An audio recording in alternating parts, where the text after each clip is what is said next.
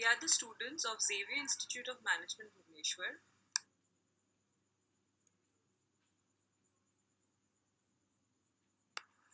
We belong to Group 5 of Section D. The members include Kumar Anurag, Monali Monalisa, Nandini Priyadarshini, Nirja R. Venu, and Nidhi Cyril. The topic of our presentation is sustainability in hospitals and medical services.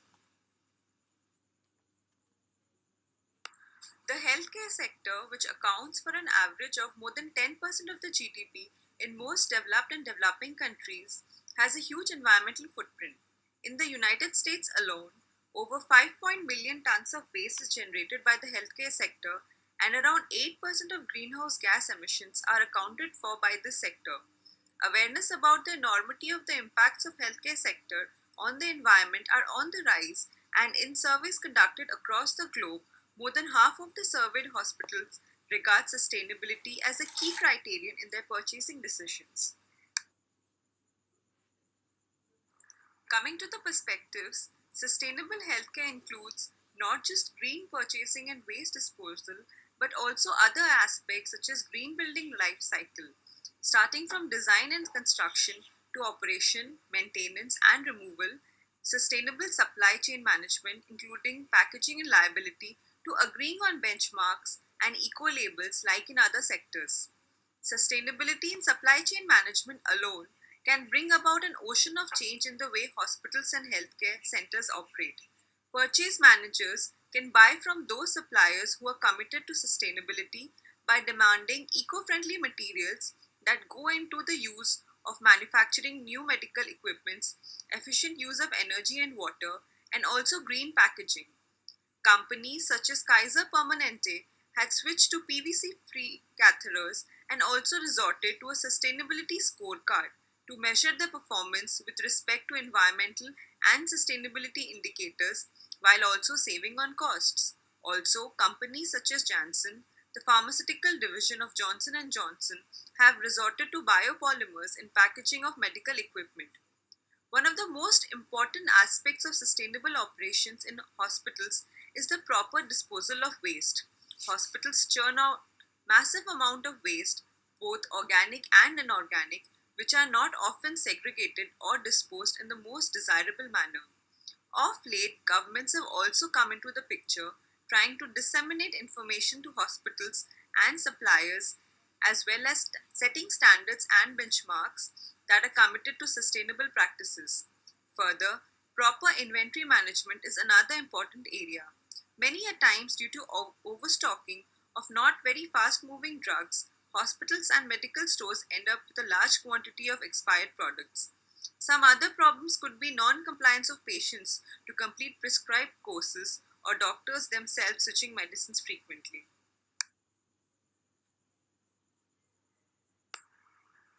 Now we'll move on to important attributes for sustainable products. What do hospitals really think about it? For any medical equipment or drug to qualify for a sustainability evaluation, it must primarily be efficacious, safe, as well as meet basic quality standards. After this, a standardized evaluation can be done. In various surveys, hospitals have been seen to consider attributes such as being heavy metal free, being energy efficient, and end of life or take back policy as the most important for a product to be considered sustainable. This, of course, varies across country to country, but the attributes considered as the top 10 are same across geographies. Who are the drivers of demand? It has been seen that the onus of ensuring the use of sustainable products in hospitals primarily lies with the purchase and procurement departments. Top executives and board members can therefore act as internal champions to encourage all departments in the organization to embrace green and sustainable practices and understand why environmentally preferable purchasing practices are important.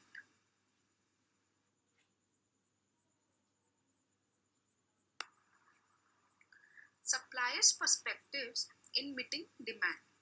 Due to the increasing demand for sustainable medical products, suppliers have started adapting sustainable practices starting from R&D of their products.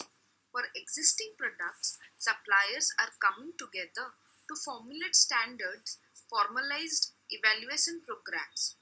Some of the bigger companies like Johnson and Johnson are acquiring smaller companies who are already doing well in the sustainability front. When worldwide surveys are considered, Johnson and Johnson, Boston Scientific, Zimmer, and Siemens are in the forefront of the sustainable healthcare suppliers market. Some of these suppliers are even directly communicating to end users to spread awareness about their green products so that the demand is driven by them as well. While hospitals are resorting to the formation of group purchasing organizations to leverage buying power to demand for sustainable products, suppliers are increasingly trying to satisfy this demand through the development of greener medical products.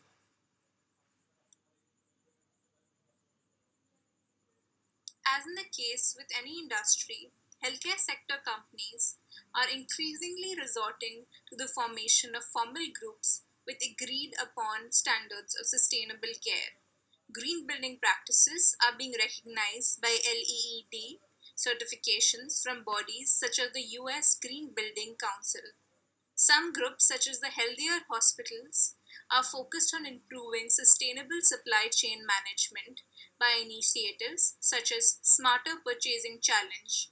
J&J and Kimberly Clark have come up with eco-labels and trademark processes such as Earthwards and Blue Renew. Another laudable step is the adoption of a sustainability scorecard, as done by companies such as Kaiser Permanente, to make it known to their stakeholders and customers that they are serious about sustainability.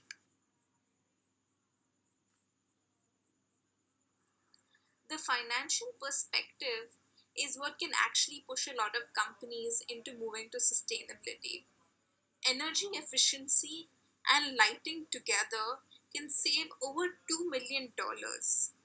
Infrared scanning and cogeneration, which allows the measurement of heat and cogeneration of heat and power, can save an additional $1 million every year.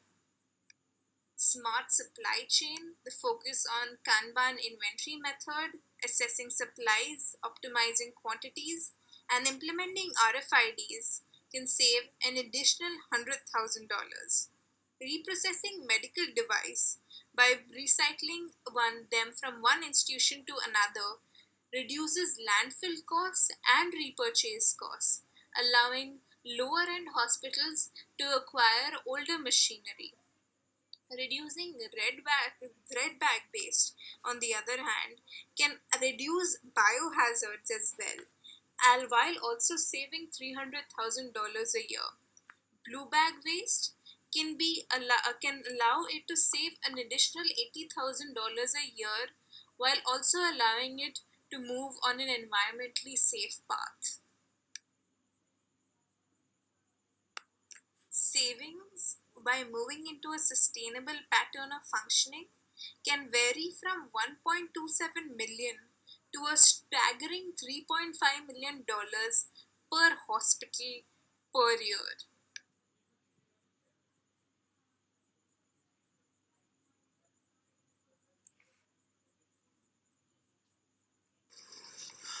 Next topic is future of sustainability in the healthcare industry. Now the topic of sustainability operates under a myriad of aliases. To ensure that sustainability affects our future generation and is optimized correctly, it has to be broken into smaller and more manageable chunks. Hospitals have started focusing on recyclable medical equipment and eco-labels. They are also concentrating on transparency and end-to-end liability of the products in use. Hence, sustainability is here to stay. Now, in the end, as a conclusion, I would like to say that we have seen that hospitals have a mission to help the ailing patients, but they don't always walk the walk. Diseases are treated, but hazardous products are lying out in the open. Operations are conducted successfully, but equipment get unused and add to overlying costs. Therefore, a sound treatment protocol is required which focus on resource conservation and management. People need to be educated about the connection between human health and environment. These practices give the hospitals a competitive advantage and they can model healthier behavior. After all, what will we do with long term success if it's on an inhabitable planet?